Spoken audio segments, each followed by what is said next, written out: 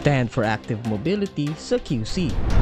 Dinagsa ng Q-Citizens ang QC Eco Run 2024. Itinaguyod nila ang mabuting kalusugan at nakatulong pa sa kalikasan. Nakatanggap ng iba-ibang magagandang giveaways ang lumahok sa 10K, 5K at 2K run tulad ng finisher medal at home garden seeds na pwede nilang itanim. Kabataang QC, priority natin! Dumalo sina Mayor Joy Belmonte at Vice Mayor Gian Soto sa taunang Children's Summit ng Quezon City Council for the Protection of Children bilang bahagi ng selebrasyon ng National Children's Month. Layo ng summit na mapalinang ang kaalaman ng kabataang QC upang malabanan ang pagkalat ng anti-online sexual abuse or exploitation of children at anti-child sexual abuse or exploitation materials sa lungsod.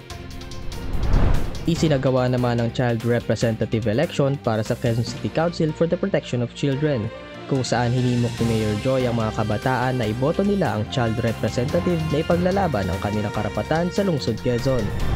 Pinarangalan ng Quezon City Government, National Commission for Culture and the Arts, Philippine Cultural Education Program, Coro Bulakenyo, Linangan sa Imahen at Linangan sa Imahen, Retorika at Anyo at Unyon ng mga manunulat sa Pilipinas ang mga kabataang nagpakita ng galing sa pagtula. Mainit na tinanggap ni Mayor Joy Belmonte ang Jiu-Jitsu gold medalist na si Juan Alessandro de Castro ng Barangay Blue Ridge B. Nagwagi siya sa ginanap na 2024 Marianas Open International Championship.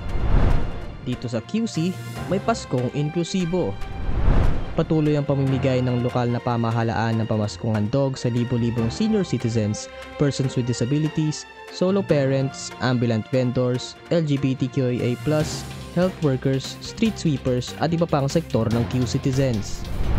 Pinailawan na ang life-sized Belen sa Araneta City bilang bahagi ng pagdiriwang ng Kapaskuhan. Dinaluhan naman ng lokal na pamahalaan ang pagpapailaw ng makulay na Christmas tree ng Seda Vertis North. Nagniningning na rin ang Christmas tree ng Park Inn by Radisson sa North EDSA. Nakiisa si Mayor Joy sa opisyal na pagpapailaw ng Pretty in Pink Christmas tree sa Ortigas Avenue. Basta sa QC, natatangi. Kinilala ng Philippine Statistics Authority ang Quezon City bilang top economic contributor sa NCR para sa taong 2023. Bunga ito ng iba-ibang programa at proyekto ng lokal na pamahalaan na nagbibigay ng oportunidad at suporta sa mga negosyante sa lungsod. Pinarangalan ang Quezon City sa Government Best Practice Recognition ng Development Academy of the Philippines.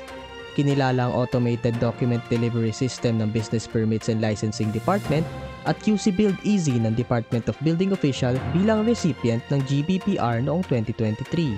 2024 GBPR recipient naman ang Kabahagi Center for Children with Disabilities.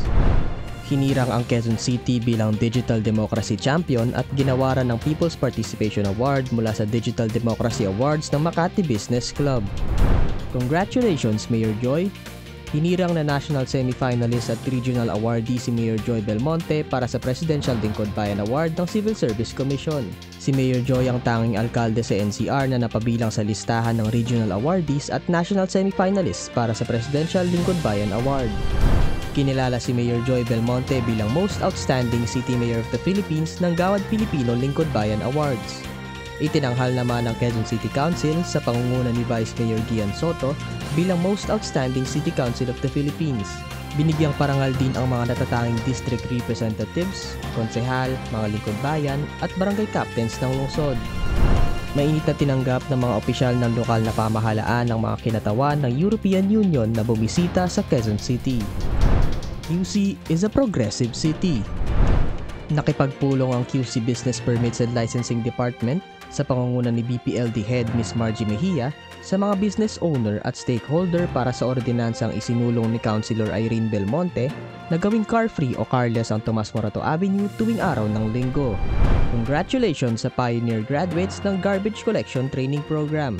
24 na Q-Citizens ang sumailalim sa pagsasanay sa loob ng 10 araw kung saan binigyan sila ng komprehensibong kaalaman at kasanayan sa waste management.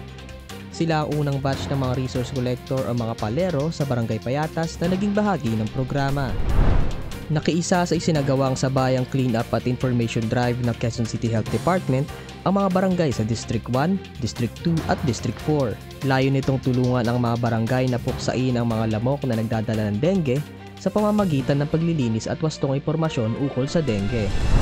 Nakiisa sina Mayor Joy Belmonte at former QC Mayor Sonny Belmonte sa paggunita ng birth anniversary ng kauna-unahang babaeng Supreme Court Associate Justice na si Justice Cecilia Munoz Palma.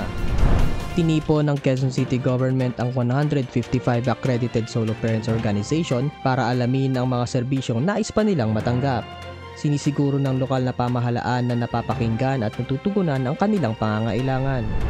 Sa pagdiriwang ng Quezon City Children's Month 2024, pinangunahan ng Public Employment Service Office ang livelihood training ng 50 parents na naitala ng Child Labor Program. Tinanggap nila ang QC Essential Shampoo Bar and Soap Making Set bilang bahagi ng livelihood program ng QC Small Business and Cooperatives Development Promotions Office. Pinag-usapan sa latest episode ng Usapang QC ang mga programa at proyekto ng lokal na pamahalaan sa pangunguna ng QC Public Library upang masiguro na bawat kabataang Q-citizen ay may kakayahang bumasa at matuto. Masayang ipinagdiwang ng Quezon City Schools Division Office ang kanilang ika-75 anibersaryo katuwang ang lokal na pamahalaan. Quezon City Human Milk Bank saves more babies. 50 sanggol na naka-admit sa neonatal ICU ng Philippine General Hospital ang mabibigyan ng libreng human milk mula sa QC-HMB. Pinagtibay ang kasunduan sa pagitan ng QC Public Employment Service Office at Pioneer Adhesives Foundation Incorporated sa isang Memorandum of Agreement. Sa pamamagitan ng kasunduan, maghahatid ng iba-ibang skills training at financial literacy programs para sa Q-citizens ang QC Peso at PAFI sa ilalim ng programang Angat Sining, Tibay at Galing. Inilunsad ng Havas Ortega at Spark Philippines katuwang ang pamahalaang lungsod ang Kita Initiative, Kamuning Signage Transformation para sa 20 women-owned sari-sari store sa Kamuning. Makatutulong sa pag-engganyo ng maraming customer ang mas pinagandang disenyo ng kanilang sari-sari store signage. Iba-ibang issue sa pabahay at katiyakan sa paninirahan ang tinalakay sa Quezon City Housing Board meeting.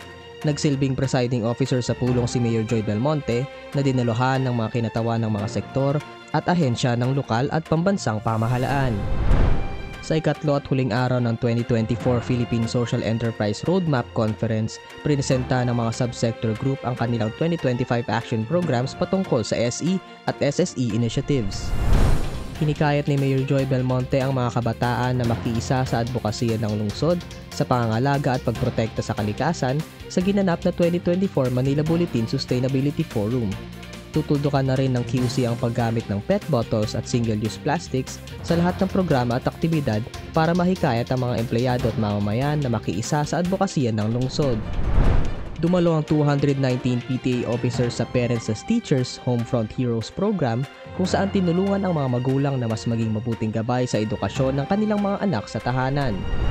Tiniyak ng Quezon City Government na mabibigyang solusyon ang problema sa lupa ng kaisa ng samahan ng mga maralitang taga-Pasakol at Dulo Homeowners Association ng Barangay Nagkaisang Nayon.